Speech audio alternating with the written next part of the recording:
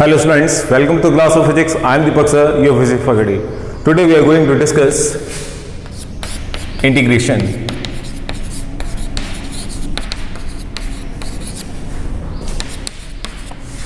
ठीक है, तो प्रीवियस वीडियो में हम लोगों ने मैक्सिमा मिनिमा, उससे पहले डिफरेंशिएशन और उसके बेस कुछ numerical with the help of formulas. ठीक है, अब हम लोग बात करते हैं बच्चों इंटीग्रेशन. तो क्या होता है इंटीग्रेशन? लास्ट टाइम मैंने आपको बताया था differentiation and integration be the part of calculus. Differentiation में क्या होता है बच्चों? चीजों को तोड़ा जाता है और इसमें बच्चों जोड़ा जाता है. ठीक है, ये हम लोगों ने किया था. तो डेफिनेटली इन दोनों में कुछ सिमिलरिटी या डिसिमिलरिटी हो सकती है. तो क्या होगा, आइए हम लोग को देखते हैं. डिफरेंशिएशन क्या बताता है बच्चों? इंस्टेंटेनियस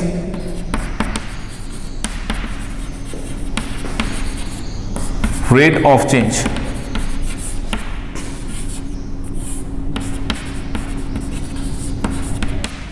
ठीक है, instantaneous rate of change. First thing. Second, slope of the curve.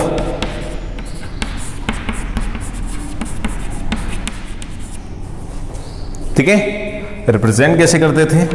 y is equal to F of x. Example क्या था देख लेते हैं. y is equal to, let us suppose x to the power 3, तो dy over dx is equal to 3 of x square. ठीक है, तो जरा देखें ये हमने कैसे निकाला. फॉर्मूला क्या था? x to the power n, that is n x to the power n minus 1. इसको हम लोग क्या बोल सकते हैं? डिफरेंस. इसको क्या बोल सकते हैं? इसके साथ multiplication.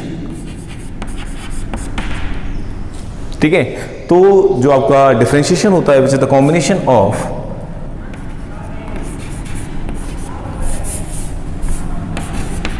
Difference and multiplication. Difference and multiplication. ठीक है, तो ये फैक्टर्स आप याद रखिए फॉर डिफरेंशिएशन ओनली. अब हम लोग बात करते हैं इंटीग्रेशन की. तो इंटीग्रेशन में बच्चों, integration is the reverse process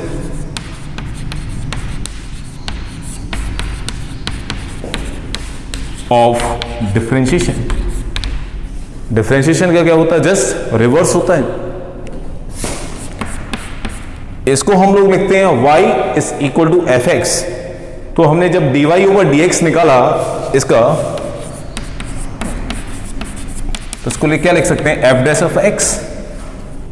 F dash of x. इसका जब हम लोग इंटीग्रेशन करेंगे,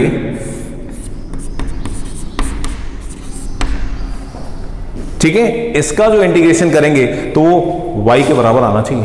y के बराबर. ठीक है, तभी तो रिवर्स होगा. एग्जांपल से देखें जरा. हमने इसका डिफरेंशिएट किया तो इसका डिफरेंशिएट आया 3x स्क्वायर. अगर मैं 3x स्क्वायर का इंटीग्रेशन करूं, देखें कैसे. dy over dx is equal to 3x square. यही आया. इसको मैं लिख सकता हूं dy is equal to 3x square of dx. इधर ले गया. ठीक है, इंटीग्रेशन का साइन होता है दिस वन. ठीक है, ये इसको बोलते हैं समेशन या sum of all the terms. Sum of all the terms. ठीक है, चले. अगर मैं इसको इंटीग्रेट करूं तो आएगा बच्चों y. अभी हम लोग देख लेंगे फॉर्मूला क्या होते हैं, है ना, y. आप इसको देखें, इंटीग्रेशन ऑफ 3x स्क्वायर. इसका जब आप इंटीग्रेट करोगे 3 पावर में 1 प्लस हो जाएगा. पावर में 1 प्लस, और जो फैक्टर इसकी पावर में आ रहा है वही फ्रैक्शन में आ जाएगा. वही क्या आ जाएगा? फ्रैक्शन में. तो फॉर्मूला कुछ ऐसे होगा, x to the power n, that is x n plus 1 upon n plus 1. कब? जब इसका इंटीग्रेशन करते हैं. वही यहां देखो, n x to the power n, n x n minus 1. यहां क्या हो रहा है बच्चों? डिफरेंस. यहां क्या हो रहा है? ऐड. यहां क्या हो रहा है मल्टीप्लीकेशन, यहां क्या हो रहा है बच्चों डिवीजन। क्लियर? तो इस प्रोसेस को हम लोग क्या बोल सकते हैं integration, the combination of division and addition.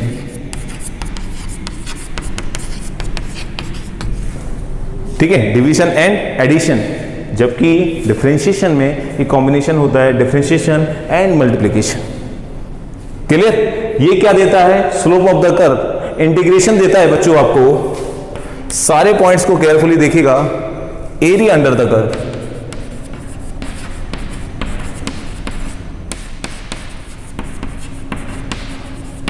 Area under the curve. ठीक है, दोबारा से differentiation instantaneous rate of change, instantaneous rate of change, slope of the curve कौन देता है डिफरेंशिएशन, ये इसका format differentiation that is the combination of difference plus multiplication.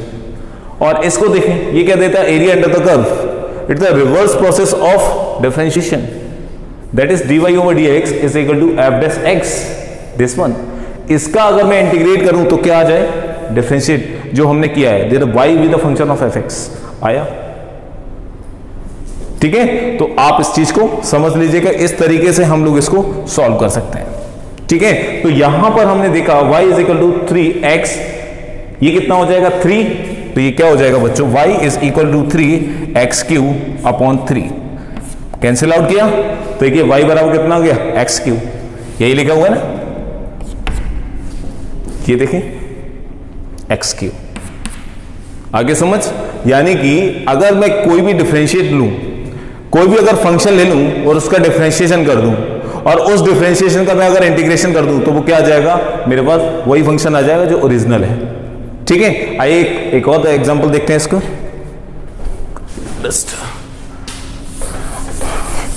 और एग्जांपल देखते हैं।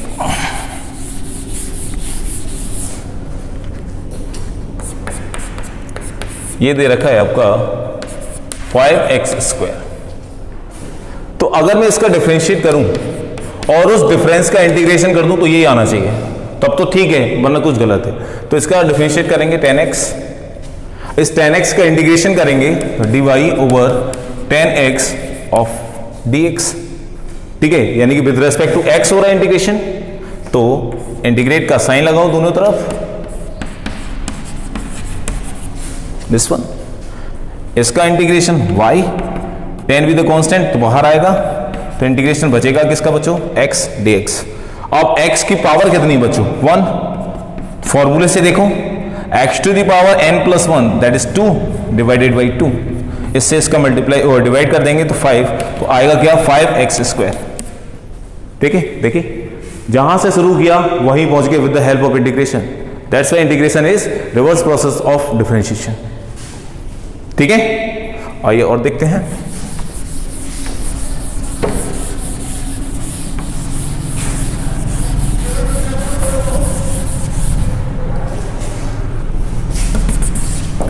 y बराबर 3x² प्लस 2। ठीक है, डिफरेंशिएट देखो dy over dx कितना आ जाएगा 6x, पहले प्लस ऑफ ये तो कांस्टेंट है 0, कितना 6x, इसका इंटीग्रेट करेंगे तो क्या आएगा dy का y 6 constant x to the power 2/2 3x²। ठीक है, अब जरा कंपेयर करो फर्स्ट एंड सेकंड, ये बिल्कुल इसकी तरह आना चाहिए लेकिन नहीं आया, क्यों? क्योंकि यहां 2 नहीं है। ठीक है, अगर 2 नहीं है तो 2 यहां पर क्या था बच्चों कांस्टेंट, तो हम लोग क्या करेंगे इसकी जो आंसर है उसमें हम लोग क्या लगा देंगे 3x² प्लस ऑफ c। ये c किसको रिप्रेजेंट करेगा इस कांस्टेंट को। ठीक है, जरा और समझो इसको, अगर मेरे पास क्वेश्चन होता y is equal to 3x² plus 6, ये दे रखा होता, तो इसको अगर मैं डिफरेंशिएट करता फिर इंटीग्रेट करता तो डेफिनेटली 3x² ही आता। यहां पे c किसको रिप्रेजेंट कर रहा है 2 को, यहां c किसको रिप्रेजेंट करेगा 6 को, करेगा नहीं करेगा? तो इसका मतलब जो 6 है वो हमेशा इनडेफिनेट होता है, इनडेफिनेट कि सी दैट इज कांस्टेंट कुछ भी हो सकता है, इंडेफिनिट, ठीक है। इसलिए इस डिफरेंशिएशन को हम लोग बोलते हैं इनडेफिनिट, सॉरी इस इंटीग्रेशन को हम लोग बोलते हैं इनडेफिनिट इंटीग्रेशन, इनडेफिनिट इंटीग्रेशन। तो इंटीग्रेशन बच्चों दो तरीके के होते हैं, एक इंडेफिनिट और दूसरा डेफिनेट इंटीग्रेशन, डेफिनेट इंटीग्रेशन, ठीक है। तो ये तो हो गया बच्चों इंडेफिनिट। और अगर मैं डेफिनेट की बात करूं बच्चों, तो डेफिनेट में लिमिट्स गिवन होती हैं, लिमिट्स गिवन होती हैं। देखें कैसे, अभी हम लोगों ने इंटीग्रेशन किया तो फैक्टर आया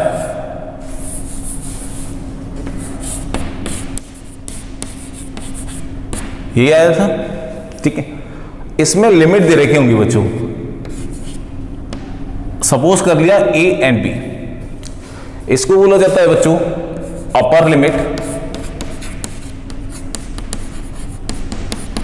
और ये होती है बच्चों लोअर लिमिट,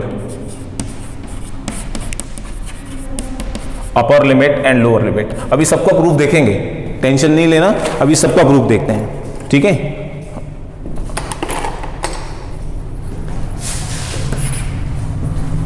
ठीक है, इस वन, तो इस पर हम अगर न्यूमेरिकल देख लें, कोई वैल्यू दे रखी है बच्चों, जैसे y बराबर 3 10x टू द पावर 5, तो इसका डिफरेंशिएशन क्या होगा, dy over dx is equal to 50 of x to the power 4, ठीक है। क्यों, क्योंकि हमने डिफरेंशिएट किया, उसमें से 1 माइनस हो जाता है। इसका इंटीग्रेशन करोगे तो क्या आएगा 50x to the power 4 into dx, यानी कि इंटीग्रेशन हम लोग कर रहे हैं इसका विद रेस्पेक्ट टू x, तो इंटीग्रेट दोनों साइड करेंगे तो ये y आ जाएगा, ये क्या आ जाएगा बच्चों 50 into x to the power 4 5 upon 5, इसी कट गया 10 of x square x to the power 5, ठीक है। इसी तरीके से बिल्कुल सेम वही आया। आपसे बोला गया हमारे पास कुछ लिमिट दे रखी है, वो लिमिट है आपकी a दे रखा है 2 और b दे रखा है 3, ये लिमिट दे रखी है। तो क्या करना पड़ेगा, जब आप इंटीग्रेशन का साइन लगाएंगे तो lower limit and upper limit, lower limit upper limit. यहां पर भी हमने क्या कर लिया इसका इंटीग्रेशन, लेकिन अभी लिमिट का यूज नहीं हुआ है, तो लिमिट को रखा कैसे जाता है ये समझिए। ये 10 तो बच्चों कांस्टेंट है, x टू द पावर 5 3 और 2, इंटीग्रेशन जिसके रेस्पेक्ट में किया जाता है उसी वैल्यू में पहले लगाया जाता है अपर लिमिट माइनस के साथ लोअर लिमिट। देखें जरा, 10 बी द कांस्टेंट, x की जात पहले upper limit that is 3 to the power 5 minus के साथ लोअर लिमिट, x की जगह क्या रखेंगे बच्चों बिफोर, माइनस के साथ आफ्टर, ठीक है। बाद में कौन सी बच्चों लोअर लिमिट, ठीक है, that is 2 to the power 5, this one, ठीक है। इसको आप सॉल्व करेंगे then you will get the answer. इस तरीके से हम लोग लिमिट्स का यूज करते हैं, ठीक है। अब हम लोग बात करते हैं बच्चों ये साइन क्यों आया, इसकी रीजन क्या हुआ, ठीक है। आइए देखते हैं, इसको देखें अच्छे से, हो गया बच्चों, आइए देखते हैं इसका प्रूफ। ये हमने कोई भी ग्राफ ले लिया, ये एक्स एक्सिस आपका, ये वाई एक्सिस, ये कोई ग्राफ ले लिया दिस वन, ठीक है, एक्स वाई प्लेन में, ओके। अब हमें पता है जो इंटीग्रेशन होता है वो क्या दिखाता है, टोटल एरिया, यानी कि एरिया अंडर द कर्व। अगर मैं इसका एरिया निकालूं तो कैसे निकालेंगे, बड़ा मुश्किल हो जाएगा। अगर ये ग्राफ कुछ ऐसे दिया होता तो एरिया निकालना आसान था, ट्रायंगल, सीधे सीधे ट्रायंगल बन रहा है, लेकिन इसका एरिया हम लोग कैसे निकालें, बड़ा चक्कर पड़ जाएगा। अगर मैं इसको रेक्टेंगल में बताऊं तो ये बनेगा, अगर ये बनेगा तो ये स्पेस छूट जाएगा और ये भी स्पेस छूटेगा, दिस वन और दिस वन। तो इसको कैसे किया जाए, इसका एरिया हम लोग कैसे निकालें, ठीक है। तो आइए समझते हैं बच्चों, with the help of integration इसको हम लोग कैसे सॉल्व कर सकते हैं। तो अगर मैं इसी ग्राफ को एक छोटे छोटे रेक्टेंगल में डिवाइड कर दूं, बहुत छोटे छोटे रेक्टेंगल में, delta x tends to 0, delta x tends to 0, तो बच्चों कुछ आपको ऐसा मिलेगा, this one, this one, this one, इसी तरीके से यहां पर भी बहुत छोटी सी, that is delta x tends to 0, delta x tends to 0, इतना। तो बच्चों अगर मैं देखूं ये y एक्सिस है तो डेफिनेटली ये क्या होगा y, और ये क्या हो गया डेल्टा x, दिस वन। ठीक है, तो अगर मैं इस स्ट्रिप का, स्मॉल एलिमेंट का एरिया ऑफ स्मॉल एलिमेंट, इसका मैं एरिया निकालूं, दिस वन, तो क्या होगा बच्चों, area, small area is equal to y into del x, y into del x, this one. इसको मैंने नाम दे दिया एरिया 1। इसी तरीके से मैं बगल में एक स्ट्रिप काटूं और काटूं, n नंबर ऑफ स्ट्रिप काट लूं और सबका एरिया निकाल लूं, that is del A2 by of del x। इसी तरीके से मैं सबका क्या निकाल लूं बच्चों, एरिया निकाल लूं, इस तरीके से, और इन सबको जोड़ दूं तो क्या मिल जाएगा मुझे बच्चों, टोटल एरिया मिल जाएगा। और जो टोटल एरिया होगा वो किसका होगा, जो आपका कर्व है उसका होगा। तो जो रेक्टेंगल यानी कि जो स्ट्रिप बन रही है एज अ रेक्टेंगल, इनका सबका आप एरिया निकालो और सबको ऐड कर दो, तो जो आंसर मिलेगा बच्चों वो क्या होगा आपका, देखें जरा, अगर मैं सबको प्लस कर दूं, इन सबको प्लस करूं तो इसको मैं लिख सकता हूं a, सबको प्लस कर दूं तो a be the value of delta A1, delta A2 and so on. ठीक है, और यहां पर इन सबको मैं ऐड करूं, इन सबको, तो मैं क्या लिख सकता हूं, summation y with constant that is x delta x। ठीक है, यहां वेरी कहां से कर रहा है, इसको भी ले लेते हैं 1 2 ऑफ n तक, तो ये वेरी कर रहा है i is equal to 1 to n। ठीक है, दिस वन। तो आपको इस तरीके से लिखना पड़ेगा, बारी बारी से इस तरीके से लिखना बड़ा कॉम्प्लिकेटेड रहेगा।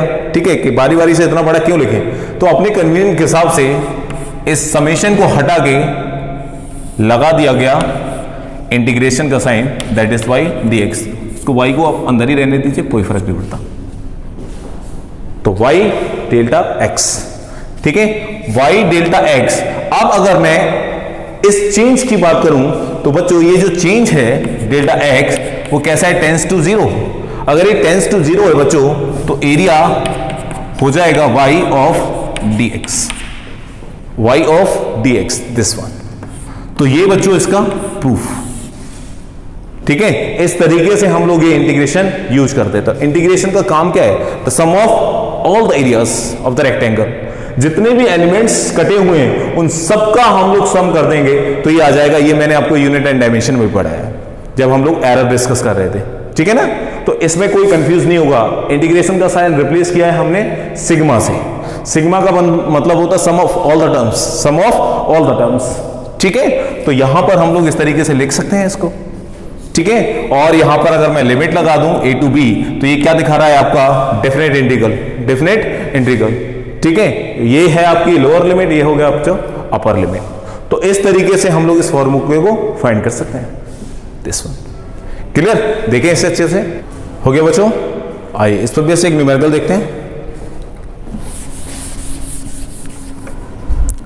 बच्चों। ये न्यूमेरिकल दे रखा है, find definite integral y dx from 0 to 4। ठीक है, तो ये आपको एक ग्राफ दे रखा है, 0 to 4 लिमिट्स देखें, lower limit and this is upper limit. ठीक है, निकालना क्या है इसका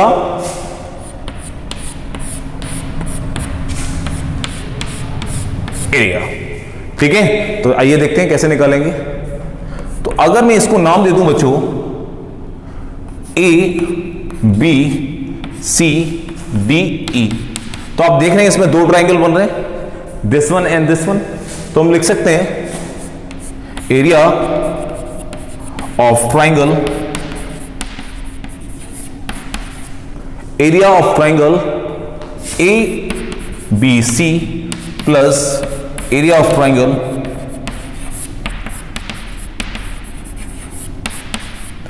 सी डी ई।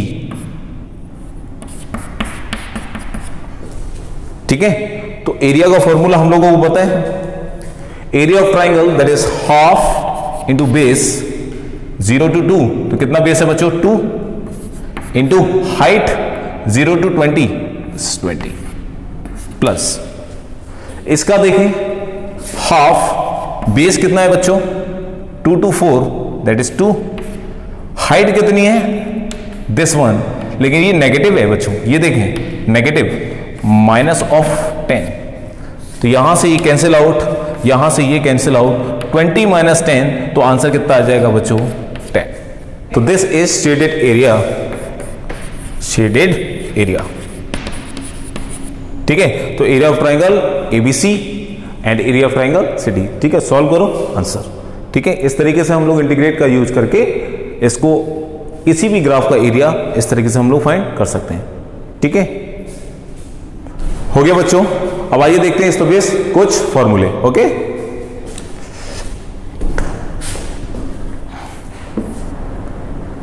तो बच्चों ये कुछ डायरेक्ट इंटीग्रेशन फॉर्मूले हैं। x to the power n that is x to the power n plus 1 over n plus 1 plus of c, c is what indefinite।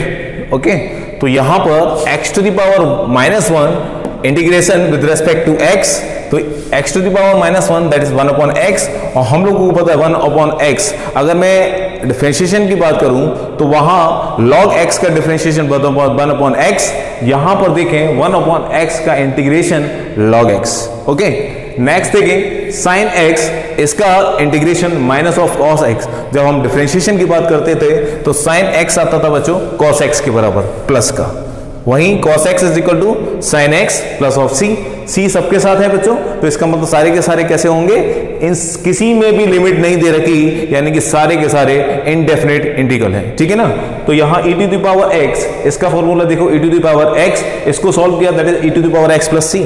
यहां देखो 1 upon x स्क्वायर, इसको अगर इंटीग्रेट करोगे तो minus 1 upon x plus of c। इसी तरह का 1 upon root x का integration with respect to x, तो आ जाएगा 2 रूट x प्लस c। यहां पर रूट x का integration 2/3 x to the power 3/2 plus c, a to the power x that is a to the power x upon log a plus of c, sec square x dx is equal to 10x plus c, sec x